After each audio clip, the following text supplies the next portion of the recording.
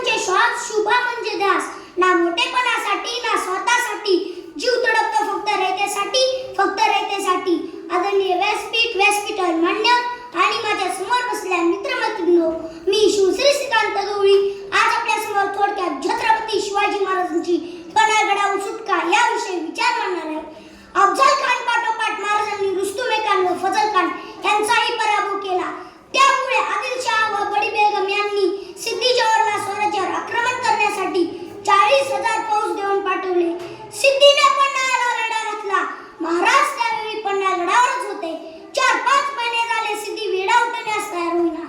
मित्रांनो, या जगातलं पहिलं लॉकडाऊन हे 350 वर्षापूर्वी महाराजांनी पन्हाळगडावर अनुभवलं होतं. माणसाचं काय, मुंगी सुद्धा आत येणार नाही अथवा बाहेर सुद्धा जाणार नाही, इतका वेढा कडक होता. त्यातून बाहेर कसे पडायचे याचा विचार महाराज करत होते. महाराजांनी शक्तीपेक्षा युक्तीचे वापर करण्याचे ठरवून योग्य नीती आखली. झालं तर राजांनी शिवा काशीदला बोलावणं पाठवलं. शिवा म्हणजे महाराजांसारखा उभ्या दिसणारा. राज बोलावणं धाडलं. जी तू माझ्यासारखा कसा दिसतोस हे मला बघायचंय. शिवा काशीद राजांचा एक वस्त्र अंगावर चढून मिशीला पीळ देऊन बाहेर आले व म्हणाले, राज दिसतोय का तुमच्यासारखा? राजा म्हणाले, हो शिवा. राजा ते सिद्धी सुद्धा ऐकायचा नाही का? शिवा, तुला कसं कळलं मी सिद्धीकडे पाठवणार आहे? इतक्या दिवस तुमच्या संग आहे राज, द्या की राजविडा. राजांनी शिवाला मिठी मारली. तोच महाराजांच्या डोळ्यातून एक थेंब शिवाच्या पाठीवर पडला. कारण आपल्या मावळ्याला शेवटचं बघायचं आहे. सिद्धीला भेटायला राजे येतील असा निरोप पाठवला. हे त्याच सिद्धीचा वेढा ढिल्ला झाला. सिद्धीच्या शाम्यानाजवळ शिवा काशीदची पालखी आली. सिद्धी शिवा काशीदला घेऊन गेला. सिद्धीने आपली तलवार सपकन चालवली व जिरेटोप खाली पाडला. त्यांना खून झाली नाही. सच बता, तू ये शिवा? बेमौत महाराज आएगा. हो हो, मीच आहे शिवाजी महाराज. अरे, जन्माला जरी शिवा काशीद म्हणून असलो तरी मरताना शिवाजी महाराज म्हणून मरतो. हे भाग्य काय कमी आहे काय? हे ऐकताच सिद्धीने आपली तलवार चालवली. शिवा काशीदची गर्दन खाली पडली.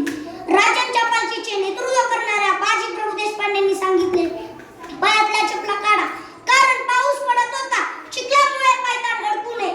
वाट लवकर कापायची. पायात काटा टोचला, दगड उठला, चिखल सगळा रक्तबंबाळ झालं. मसईच्या पठारावर गेल्यावर बाजी म्हणतात, पालखी थांबवा.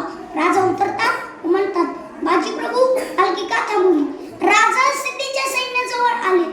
पुढे एक वाक्य वापरलं, त्याची बकरीमध्ये नोंद आहे. राजा, निम्म्याला घेऊन तुम्ही पुढे जावा व निम्म्याला घेऊन आम्ही येथे थांबितो. मारिता मारिता झुंजिता, झुंजिता झुंजिता मारितो. राजा म्हणतात, नाही बाजी, आपण दोघे लढू, मेले तर दोघे मरू. राजा, तुम्ही गेलेच पाहिजे. लाख मेले तर चालतील, पण लाखाचा पोशिंदा जगलाच पाहिजे, पण लाखाचा पोशिंदा जगलाच पाहिजे.